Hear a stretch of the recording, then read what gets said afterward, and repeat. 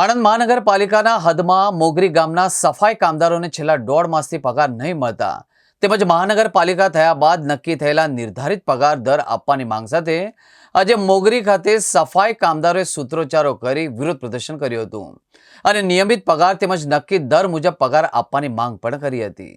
મોગરી ગામનો આણંદ મહાનગરપાલિકામાં સમાવેશ કર્યા બાદ મોગરી ગ્રામ પંચાયતના સફાઈ કામદારોને પણ આણંદ મહાનગરપાલિકામાં સમાવેશ કરી તેઓને પણ મહાનગરપાલિકાના સફાઈ કામદારોનો સમાન વેતન ચૂકવવાની વાત કર્યા બાદ પણ નિયત મુજબ પગાર આપવામાં આવતો નથી તેમજ નિયમિત પગાર નહીં મળતા આજે સફાઈ કામદારોએ ભારે સૂત્રોચ્ચારો કરી વિરોધ પ્રદર્શન કર્યું હતું।